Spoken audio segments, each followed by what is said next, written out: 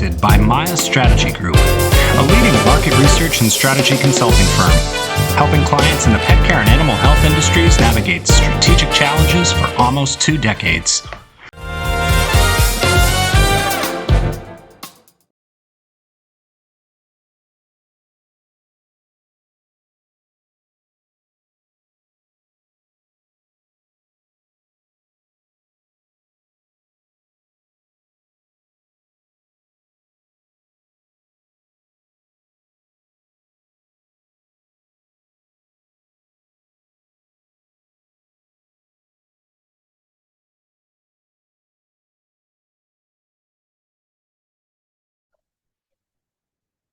Hello, everyone, and welcome to Petworking. I'm Peter Kenseth, Vice President and Partner at Maya Strategy Group, and I'm here today with a very exciting episode about a topic that kind of dates back personally for me almost 5 years.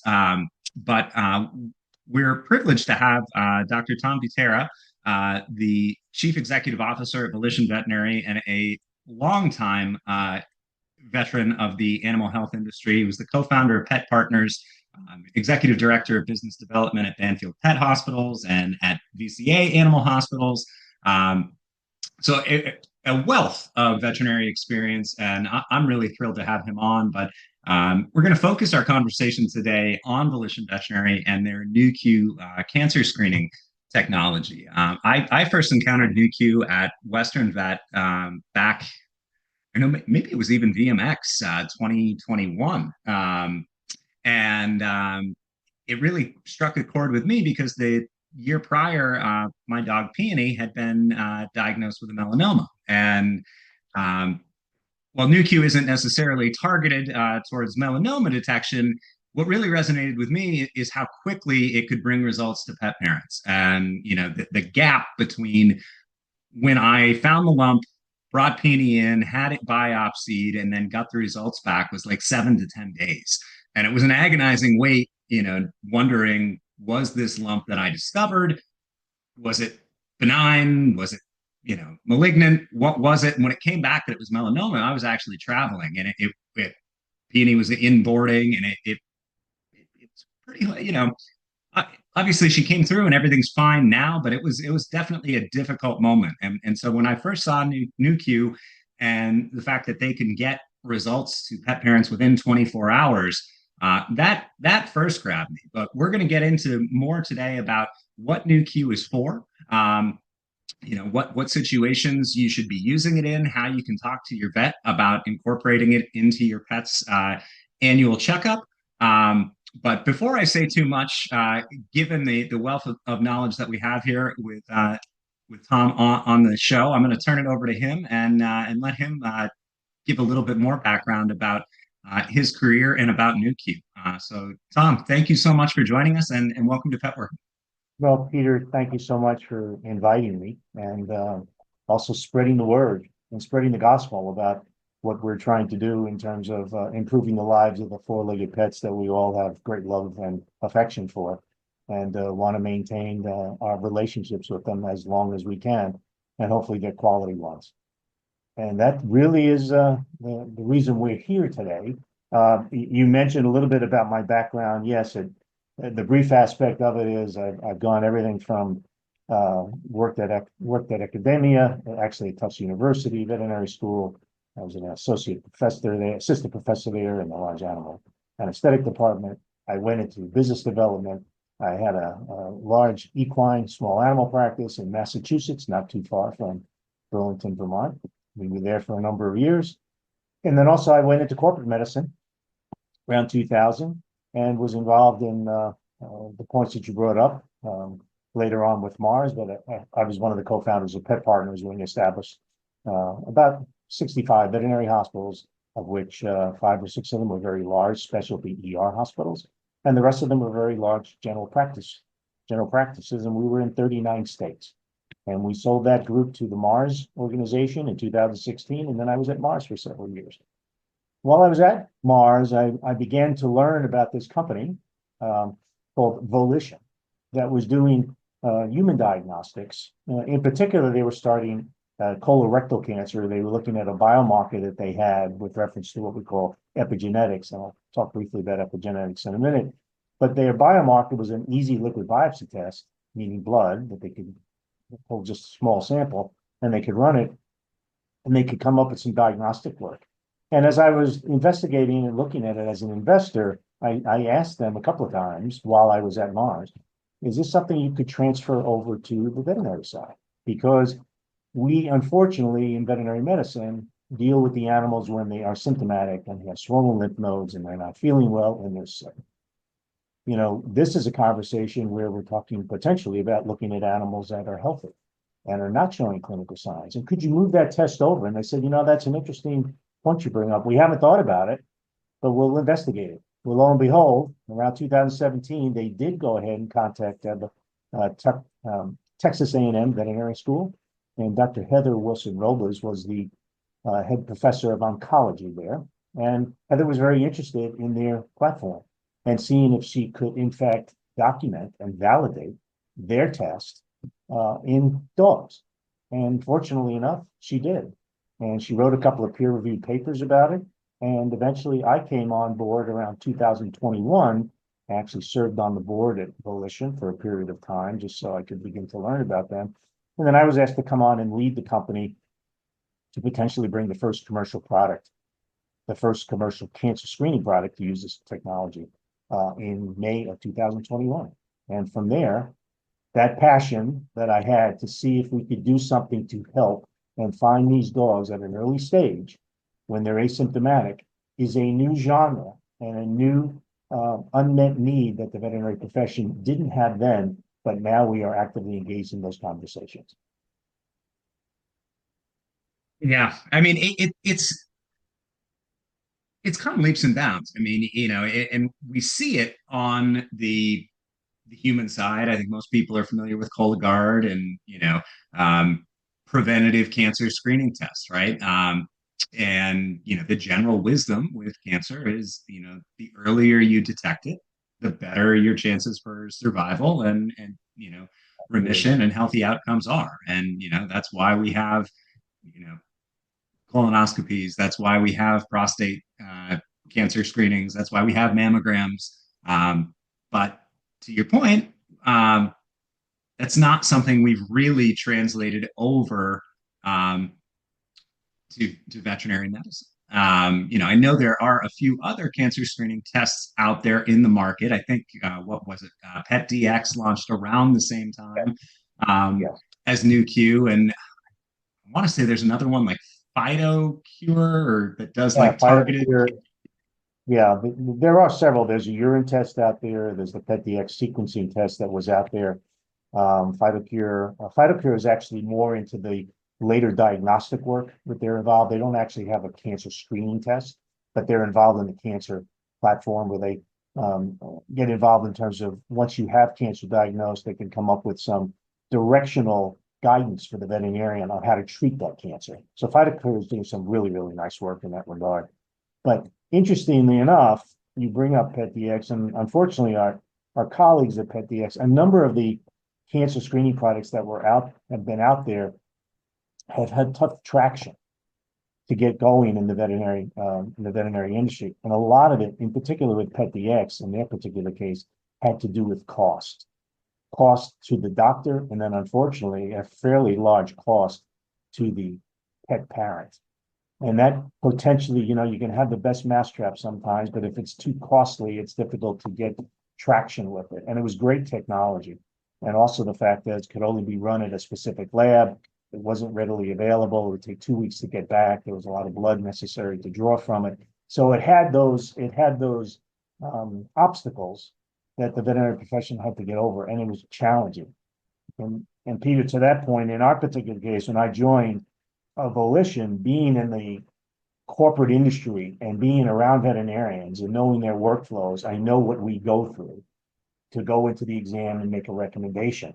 It has to be something that can fit in easily. It's something they can get from the reference lab or maybe an in-house test. It's something that's cost effective. It's easily affordable, and it's easy to talk to the client about making it a positive suggestion or recommendation for them to do. And Nu.Q fits all those categories. And that's why the adoption rate now, we're in 22 countries, is Yeah. smartphone. Well, I mean, I think it's a average cost of like $75 a test. Is that, The pet am I owner, remembering correctly? pet owner. Yes. Yes. Oh, Um, and you bring up a good point. I mean, the cost can be prohibitive with these tests, but yeah. and certainly we could go down and I think we will get into it a little bit, but the low adoption of pet insurance in the United States, I think we're hovering around 4%. Yeah. Um, it's it does serve as a barrier for people bringing their pets to the vet. And like you said, if you're not, if you're only treating a dog when it's symptomatic, that dog's chances of survival and its course of treatment is going to be, chances of survival are a lot lower, and the therapy that you're going to have to put them through is going to be a lot more invasive and a lot more expensive than if you caught it early. And that's true for many diseases. And I think we've done episodes before. We had Dr. Ben Hantler on from HESCA, now Antec, talking about the importance of preventative diagnostics. And, so often, I think it contributes to, the veterinary burnout is vets see pets that come, have not been into the clinic in years, and they come in when they're symptomatic, and they know that if they'd seen that pet regularly, even once a year, and done blood work, done some screening tests, the pet wouldn't be in as bad a condition as it is. And I think, that gets back to what, it is so great about, what you have at Volition with Nu.Q is $75 test, even if you're not going to get it covered by pet insurance.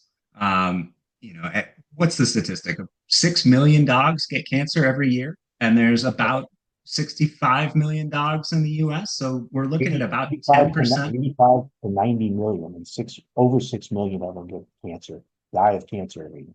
It's unbelievable. Not just get cancer, die of cancer.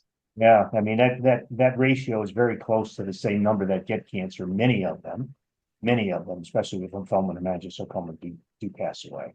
So that 6 million number is when you talk about awareness of cancer detection, many of those animals within a short period of time are probably going to pass from many of the cancers that they unfortunately receive.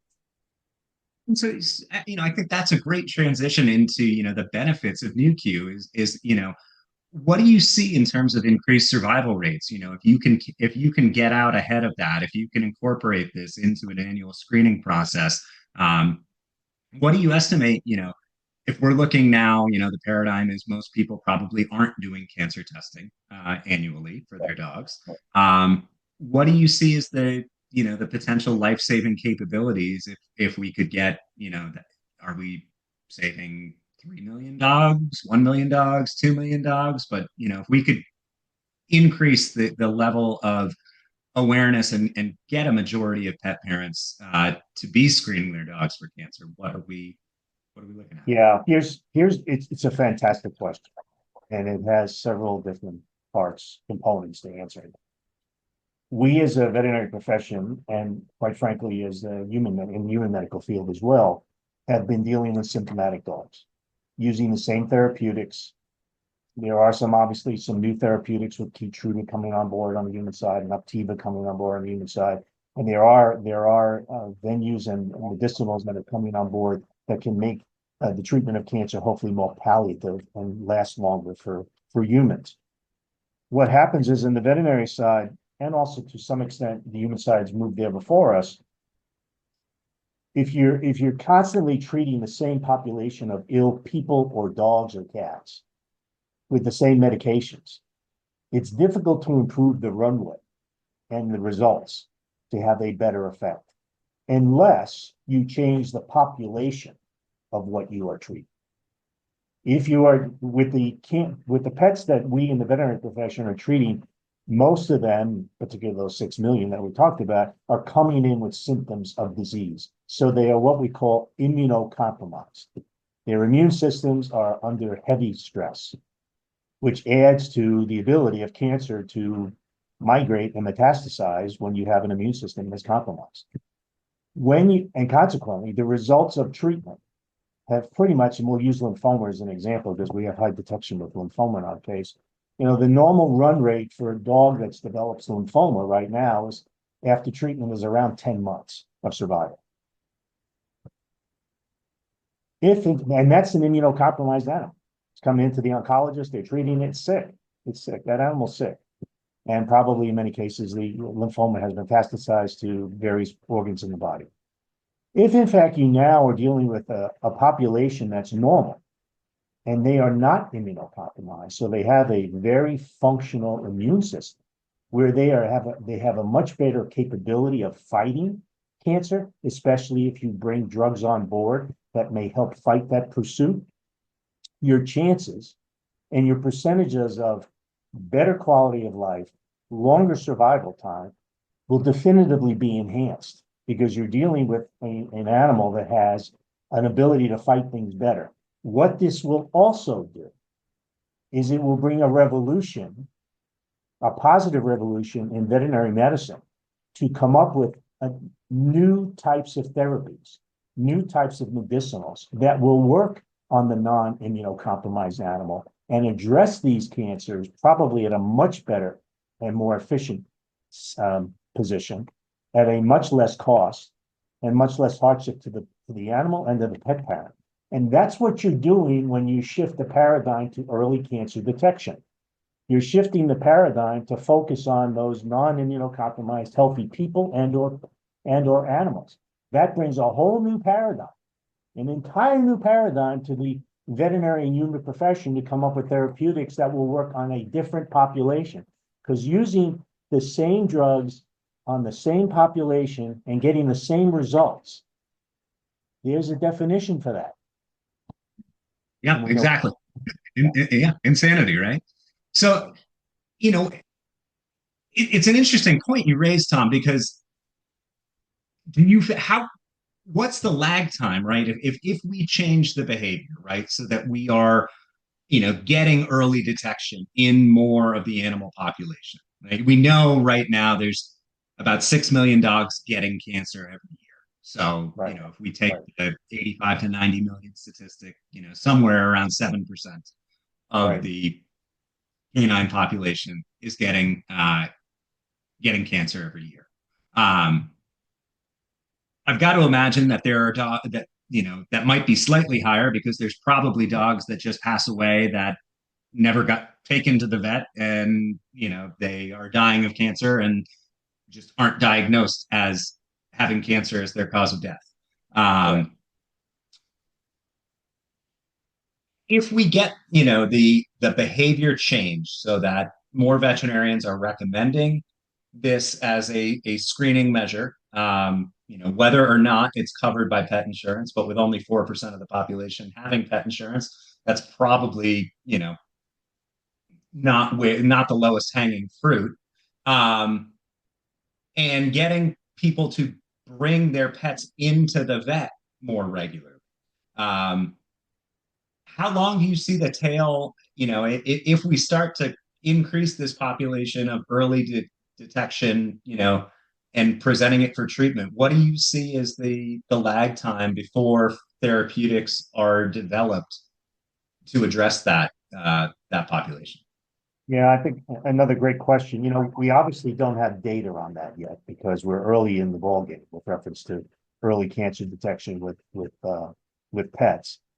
But all of the directional signs, Peter, the greater number of tests that we do on an annual basis in terms of screening tests, and the more that this population gets educated, both the doctor corps and the pet parents in terms of awareness of doing a screening test on their pets, we will cut down the period of time that we will have additional investigative work on therapeutics because the demand will drive it.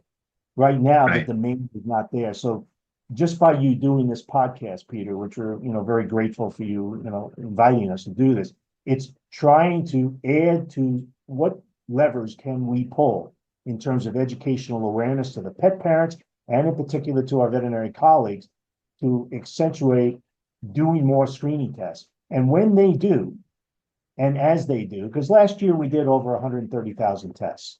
Now that's the most tests that have ever been done in a cancer screening test in veterinary medicine at all.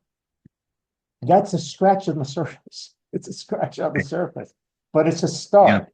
But it's a start. And I think if by next year we do 500,000 and the year after that we're 1 million and 2 million, now the conversation, and by the things that you're doing too, Peter, with the podcast and getting that educational awareness out there, that will put pressure on our big pharmas and our research people to really start saying, okay, you know what? Let's start using some of the drugs that we have now on this early population and see what they do.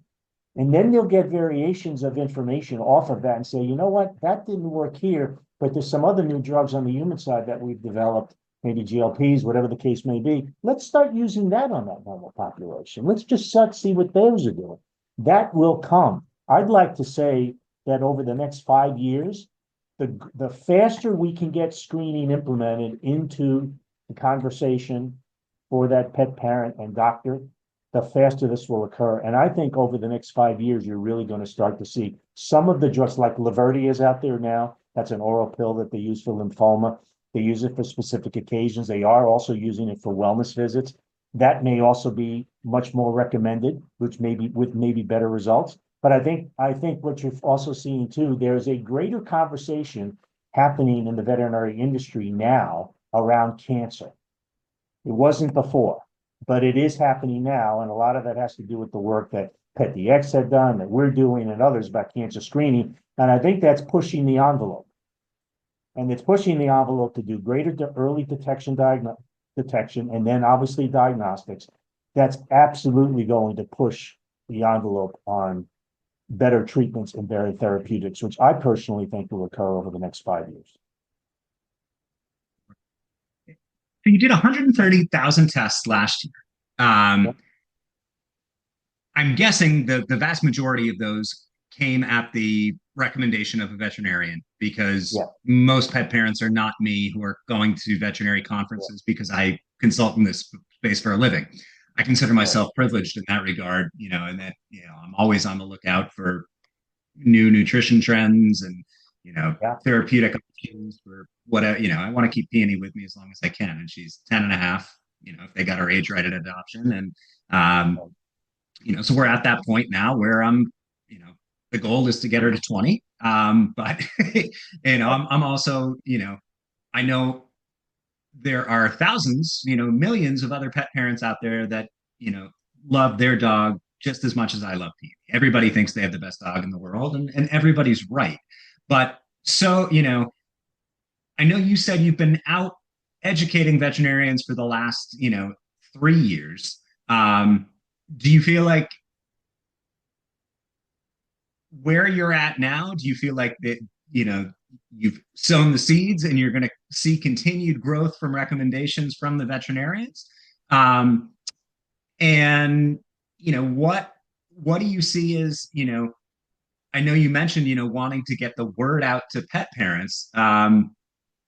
What, if anything, what is the difference in your message to a pet parent about why they should consider this versus to a vet about why they should recommend it? So the two questions. I'll answer the pet parent second. The first question I'm going to ask about, are we making headway? We are making tremendous headway. We just did a webinar yesterday. We had over 1,000 veterinarians on it. We were at VMX, we were at Western Veterinary Conference. Between those two conferences, we had, between ones that came to the booth, as well as the presentations that we gave, we had over 3,000 veterinarians attend. That is an indication of all the hard work that our team has put together over the last 3 years. We are beginning to see a tipping point occur. There is no question when we put up that we're going to do a webinar now, or we're going to do a presentation, we get significant attendance. That would not have been the case 3 years ago because it was early on. So Peter, I think we're making substantial, I think, as I said, I think we're hitting that tipping point because, now I'm going to be going to Europe here, this week. I'll be in speaking engagements there again. I'll be back in Europe again speaking there. And we have a number of podcasts and other things that we're doing that we're being asked to do, like the one you're asking us to do, with great reception. So I really think now, from a veterinary community standpoint, they've gotten the message, although there's still probably 25 to 30% of them that don't know what Nu.Q is about yet. But probably 3 years ago, it was 100% that didn't know what Nu.Q and cancer screening test was about. So we're making headway. And I think what's happening is they're beginning to incorporate it into their wellness exams. We're beginning to do more tests. And now, obviously, I'm beginning to start to get invites. Our team is to speak to pet parents and to different breeds and talk to them about screening their especially the predisposed breeds, your golden retrievers or your Labradors or your German Shepherds, your Bernese Mountain Dogs. There's 30 of them that are out there, which are predisposed breeds to this, to cancer. So consequently, I'm heartened and I'm very encouraged that is the case, that we're improving. The answer to your second question on pet parents, podcasts, webinars, introduction to breeds where we can actually go speak to them and begin to talk to them about this. Anytime I do get an opportunity to speak in front of 50 or 100 people where they may, want to learn about it, or a mixed crowd where doctors will invite their clients to come. I mean, the questions are off the wall from the pet parents about, and the questions they ask is, well, where can I get this test? And how much does it cost? And is it easy to do? And how frequently should I do it? And we answer all those questions to them. And you get the hands up there, you go, I'm going to my veterinarian tomorrow. I want to ask them about this tomorrow. I didn't know about this.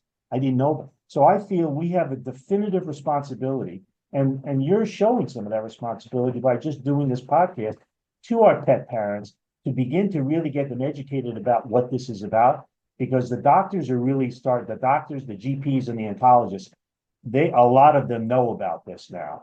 And consequently, something that the struggle that doctors have with bringing a new diagnostic, or I should say a new detection. It goes into diagnostics, but it's not a diagnostic test. It's a detection test. Just like PSA or a mammogram, you detect a lump on a woman's breast. That doesn't mean it's cancer. It just means there's a lump there, but it's detected. Our test detects early cancer. It doesn't diagnose early cancer. But I think the issue is, if in fact you can begin to start to get that ball rolling, then with the pet parents, they will start, and doing podcasts and doing presentations and presenting in front of pet parents in particular breeds. I think you will begin to see that tipping point, to use Malcolm Gladwell's work that he did in that book about tipping point. I've read that book several times. I think we're at that tipping point right now. It's beginning to occur. Yeah. Well, I mean, you would say you've got 65 to 70% awareness within the veterinary community. Yes. Yes. Of those 130,000 tests, how many would you say the majority of your tests are in the US at this point? I know you said you're going to Europe next week, but largely US based at this point. Yes, I would say, because Europe is just beginning to get rolling on that, but probably close to 100,000 of them are done in the US, and probably 30,000 in Europe. So that's, again, Europe is beginning to wake up to this now, also because we're talking to them a lot in Europe about it as well. So, that's the other piece that I wanted to bring up here, which is important, and the reason why there's been hesitation, and you commented in some of your opening comments. The reason why doctors have been hesitant about bringing this on board is it has to fit into their workflow. Doctors have a very specific workflow with reference to annual wellness. I can speak to that because I've done thousands. That pet comes in for their annual test. You do some blood work. You do a really strong physical exam. You do a heartworm test. You do a rectal exam. You do a fecal test.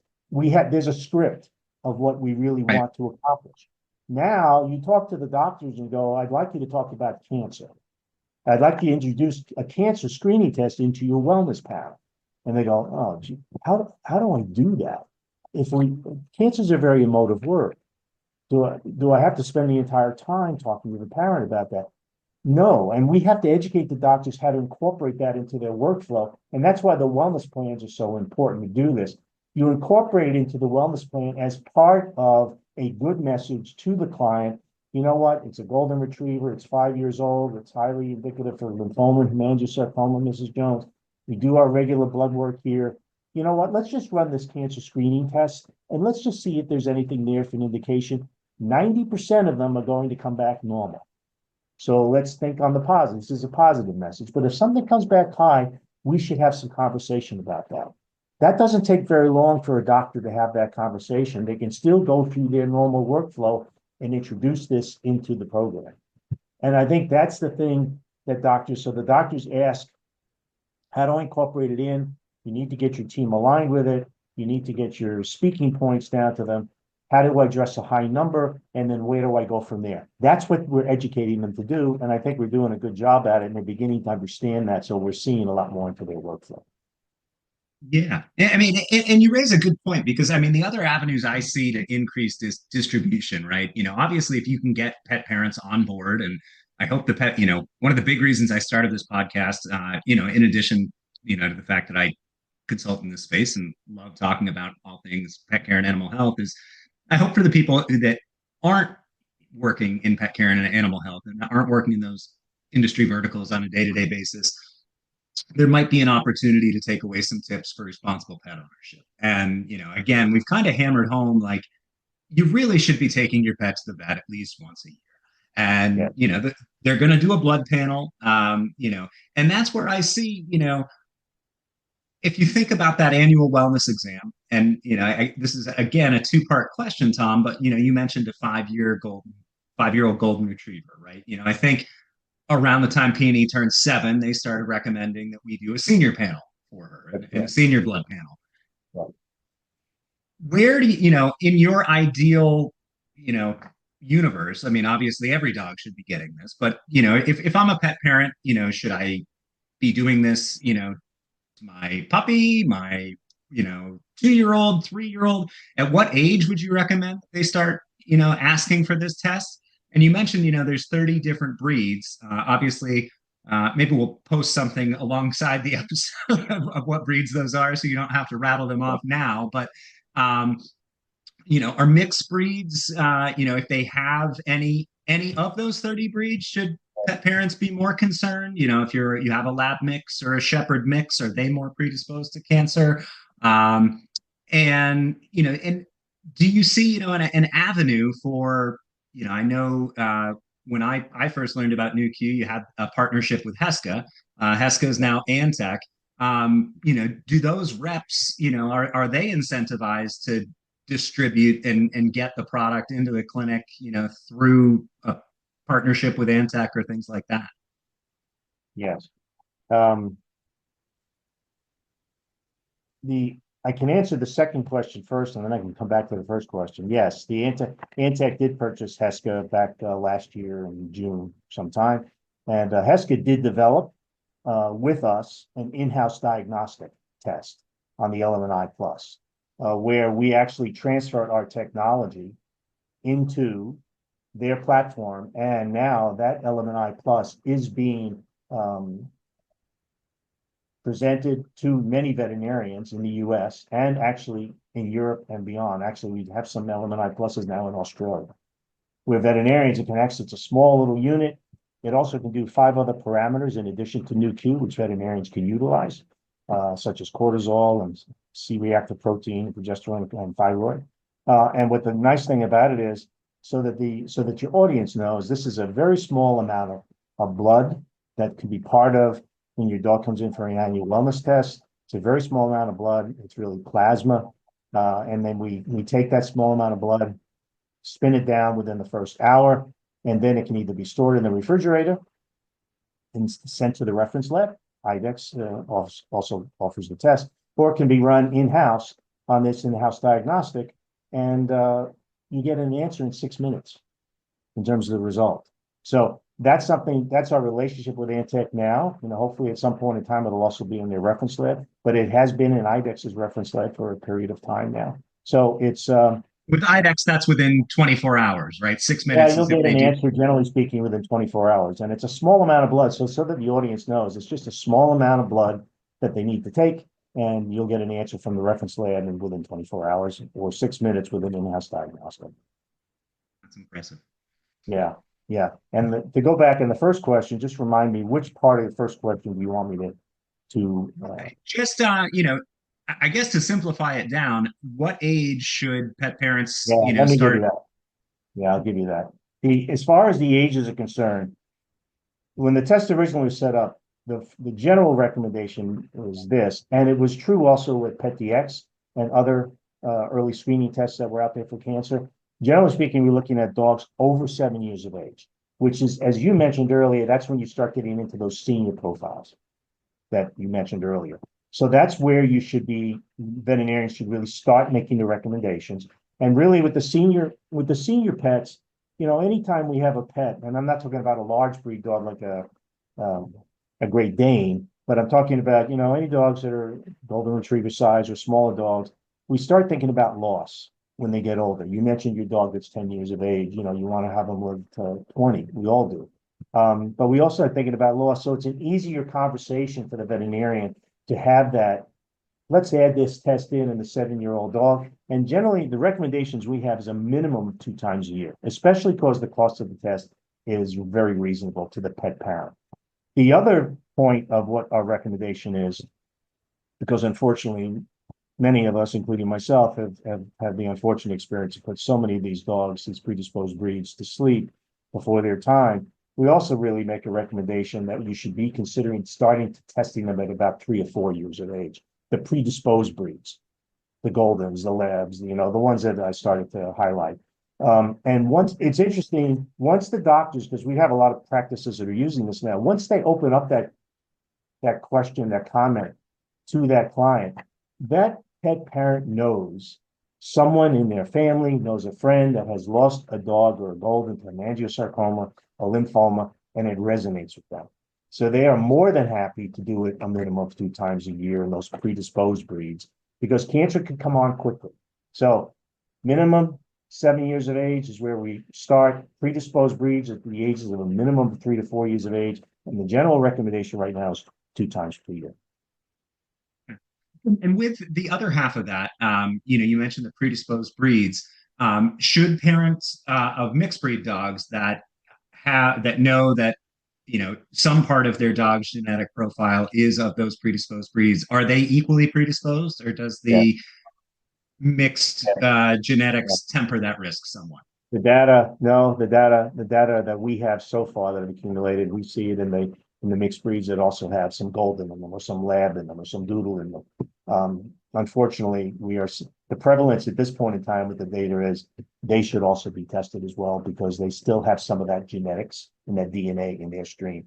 And probably I can give a quick point to the audience as to what this test measures, if you'd like me to answer that now, because it's Yeah, I would relevant. love it. It would probably be helpful. Yeah, yeah, the test, so that everybody understands, we are what we call an epigenetic company. Now, epigenetics really is, if you think about it, you hear epi and you hear genetics. So you have the genetic code, which is really the computer.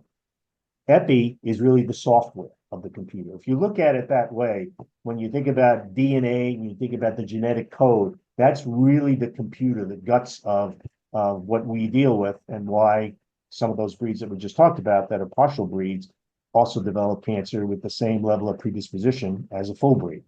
Mhm. Epigenetics, what we are dealing with is the software, and the software that we're dealing with is when you have, and I'll try to really make this as simple as possible, when you have a chromatin matrix, which is part of your DNA, the DNA has coils of DNA that come out of the chromatin matrix. And the coils surround 8 proteins. So you have DNA around these 8 proteins. That is a nucleosome. So you have a chromatin body, DNA coming out and coiling around these 8 proteins, and each one of those proteins with the DNA coil, like pearls on a necklace.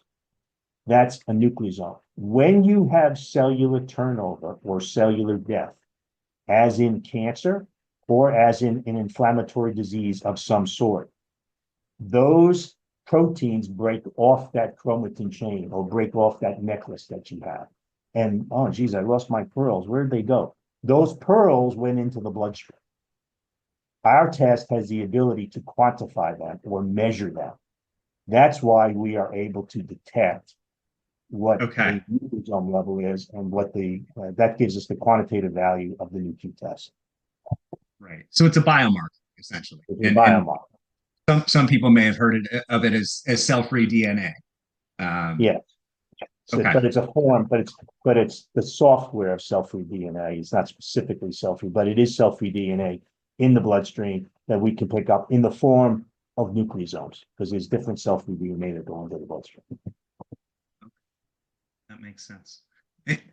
Tom, I know we're coming to the end here, and I saved this for last so we don't get completely sidetracked with it. But I know you and I have talked about this, and I think one of the, obviously we can have vets make this recommendation. We need to get pet parents to bring, their animals into the vet, at least annually.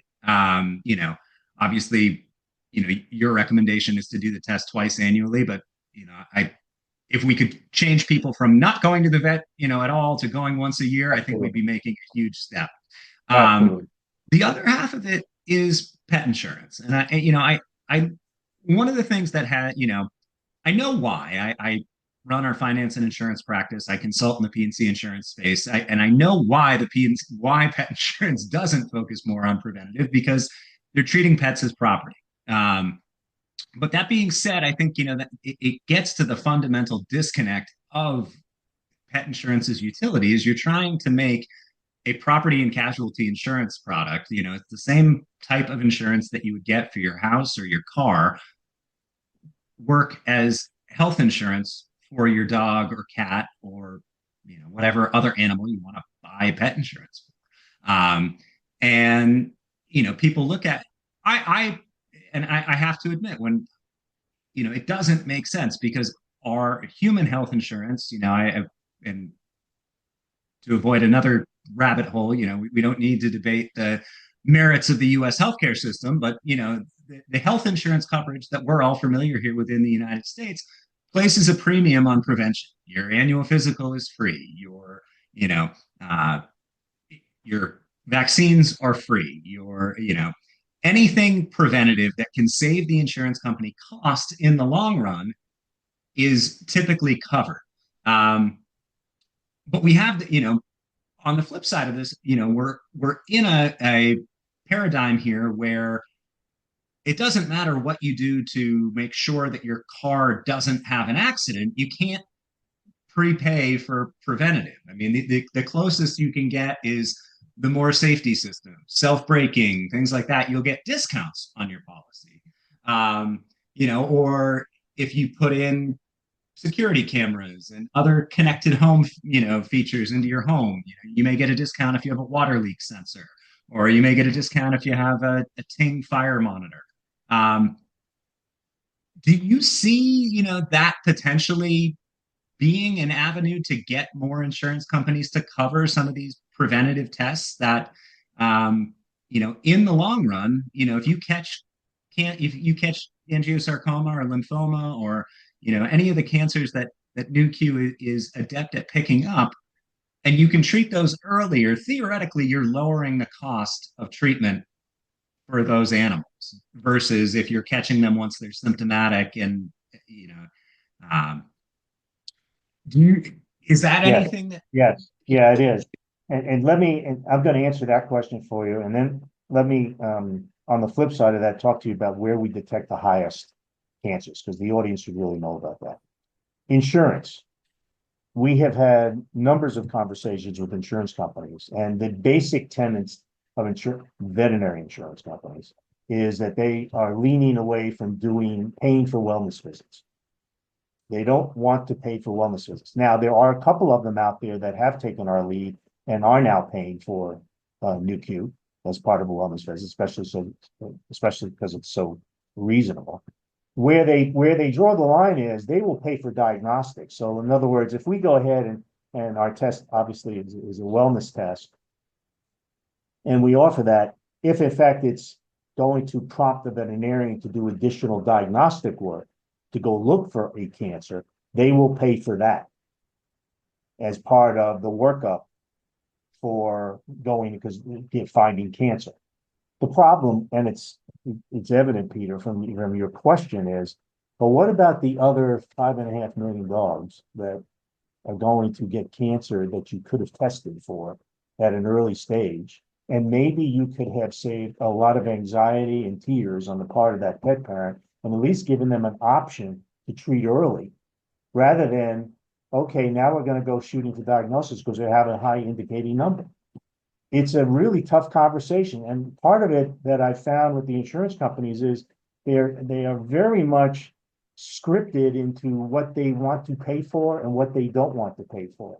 And there's no question that the cost of their payments would go down if they had early detection because they'd be dealing with, again, that non-immunocompromised animal. And the conversations go on. I have them at Western Vet. I have them at VMX. You know, we've had and two or three of them, like Embrace Insurance, I believe now offers a Nu.Q test. I think Nationwide potentially is starting to offer it. But some of the other really big ones, you know, they're hesitant to do that, and their adoption rate is minimal. I think you get much greater. It would do so many things because it would bring more pet parents to the veterinarian to have those annual tests. It would increase that. And at the end of the day, it should hopefully decrease their payouts because we'd be dealing with animals at an earlier stage when they're more easily treatable. The paradigm, to your point, that we're doing on the human side makes so much sense. And in Europe, like in UK, 60% of those pets are covered by insurance. And in Europe, those numbers are much higher. We have that, to your point, we have this 3 to 5% range in the United States, and they just can't get over it. And the reason they can't get over it is they haven't changed this paradigm. Yeah, I mean, we are an insurance averse country. I mean, Yeah. you know, Yeah. you don't have to look any further than the fact that you can get uninsured motorist coverage on your car insurance. Everybody's required to have car insurance by law, but yet we Yeah. have uninsured motorist coverage because some people choose to break that law. And it's the same thing with Obamacare. Theoretically, everybody's required to have health insurance, but people don't like to be told that they have to have something. You know, there is that libertarian bent to a large part of this country that, you know, doesn't want to be told that you have to have some form of insurance. But I think it goes hand in hand. If you can get more people to get pet insurance, they're going to go to the vet more often. They're going to get tests more often. And if you can get people to change their behavior to go to the vet more often, I think they'll start seeing the economic benefit of pet insurance. You know, it's just a chicken or the egg. Yeah. How do you motivate? Which side is easier to motivate people I think it goes back to the tipping point we were talking about earlier, right? If we can get more screening tests done, we can get more pet parent awareness, if we can get more tests being done, that will put more pressure, and we'll have more gravitas to talk to the insurance companies about, hey, maybe we should be starting to think more about this. But again, it has to be based on that demand. One other thing I just wanted to bring up, Peter, I know we're getting closer to the end, just so the audience understands. Remember, our test is a screening test. It is not a diagnostic test. PSA test in men is a screening test, not a diagnostic test. Mammogram is a screening test in women, not a diagnostic test. It prompts the next stage to look further because something is not right. So our test in particular, of the 6 million dogs a year, close to 35% of them die of lymphoma and hemangiosarcoma. It's terrible. It's absolutely terrible. It's almost 2 million dogs a year.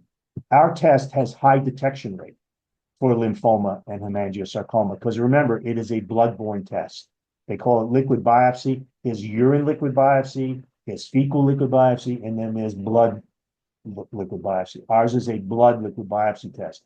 So we have very strong success in detecting blood-based cancers, histiocytic sarcoma in particular, and the two that I just mentioned. Interestingly enough, close to 65% of what veterinarians treat with the oncologists on an annual basis is those two diseases, lymphoma and hemangiosarcoma. Because golden retrievers, again, I keep mentioning those three top ones, German Shepherds, golden retrievers, and Labradors. So many of them pass away from lymphoma and hemangiosarcoma. So this test, just for those breeds alone, is so dramatic that we should be doing this test as a protection device. We obviously can pick up other cancers. We've identified another 7 or 8 cancers as well, the common ones that we do. The detection rate is not as high with them because some of those are solid tumors, Peter. You don't get as much blood flow to them. We're working on additional ways that we can pick them up, but consequently, but we still can pick up 7 cancers, and we're working on we actually pick up more that we're going to produce some paper on. but I want the audience to really understand it because veterinarians know what I'm talking about. Lymphoma and Right. hemangiosarcoma, something we deal with all the time. And it's a good point because I know when I've discovered lumps on Peony in the past, I'm very sensitive to it because one of them was melanoma, and Right. so I'm always when I find one now, I'm like, should we get this biopsied? Should we not? Obviously, that's not comfortable for her. I would love it if there was a more simple way to detect solid tumors. But my vet has talked to me, and I've talked to you and Daniel, and this is much more of a blood borne cancer detection test rather than a solid tumor. So hopefully we'll see more development, and find easier ways to get easy detection of solid tumors that don't involve having to take a biopsy or sedate your dog or things like that. But at the same time, like you said, this is a addressing the largest common denominator in terms of the cancer equation in the canine population. If we're And oral, and you mentioned melanoma, oral melanoma, we have a very high detection rate, close to 65%, because there's a lot of vasculature to oral melanomas. So, again, I think we're just going to get better and better with it over time. It just takes time to do that. The other thing, again, I need to stress to the audience again, this test is meant to be used on healthy animals. Now, they can come in with osteoarthritis, meaning they've got some joint problems, or they can come with some dental disease, as long as it's not a bad mouth, otitis externa, or an alopecia problem or a skin problem, hypothyroidism, you can come in with that as long as it's fine. But this, to your point, Peter, it's a biomarker. It picks up both cancer and inflammation. But if you're using it in the well animal, which is what this first application, we have other applications that are coming, including cats. This first application is for well animals. If you use it on a sick animal, the nucleosome value is probably going to be high. Because remember, I said acute inflammation causes this test to go up. So the prescription is healthy animals screening test, because if that goes up in a healthy animal, you lean in towards potentially a cancer diagnostic should probably be followed up. right. And if you and that gets back to the whole point, is if you catch it early, you have a better chance of spending more Absolutely. time, more years with your dog. So I think I just emphasize to the pet parents out there, talk to your vet about, go in, make sure you're getting those annual checks. Talk to your vet about Nu.Q, about cancer screening. As Tom said, if you have a predisposed breed, start asking about it when they're 3 or 4. If you have a senior dog, 7 or older, you should be asking about that at their annual well visit. They're taking blood for a senior panel. You can probably get this, blood that you need for Nu.Q right then and there. And with 60 to 70% of veterinarians being aware of this, it's not something that's going to be foreign that you're bringing up. Tom and his team have done a great job of getting the word out over the last 3-4 years. But it takes advocating for your pet's care, because they like Tom said, that this is something that is changing the workflow for a lot of veterinarians, and vets who have been in practice for a long period of time, maybe a little hesitant to start bringing in new tools. Not everybody is an early adopter. But I would say, to the pet parents, you can advocate for your pet's health, and hopefully save yourself some, heartache and turmoil in the long run by getting screenings early. At the very least, you get peace of mind knowing that everything is normal. And for the vets out there, if you're not aware of Nu.Q, Tom, I know you mentioned you had a webinar with 1,000 vets yesterday. I'm assuming they can go to the Volition Veterinary website, see Yeah, additional. veterinary.volition.com. We have 6 peer-reviewed papers, are highly documented. You can go on and see a lot of the papers that we've done. It'll tell you how to run the test, sampling. It's a very informative website. So pet parent and or my veterinary colleagues, please, veterinary.volition.com is the website address. Well, it's amazing technology. I think for all of us, the goal is to spend more time with our pets. You know, nothing matters more than more time. And this definitely fits right into that toolbox of things that you can do to guarantee that you have as many healthy, good years with your pet as possible. And that's something that we're huge advocates of here at Petworking. So, Tom, thank you so much for joining us today. You know, to the audience, I hope you got a few nuggets, either bring into your practice or to, you know, keep your dog healthier and happier. And we'll look forward to future updates from Tom and the Volition team as they continue to spread the message, spread the gospel, as you said, Tom. So thank you so much for joining us. Thank you, Peter, for having us on. I appreciate the additional awareness, and thank you to the veterinarians and pet parents that are attending. And hopefully, this makes some sense to you and will encourage you to start thinking about doing some screening for your pets for a longer and happier life. Thank you. I think it's something we need to change the paradigm on. So I'm glad we're getting the message out there. For on behalf of Tom, Dr. Tom Butera, everybody, this is Peter Kenseth with Petworking. We'll talk to you again soon.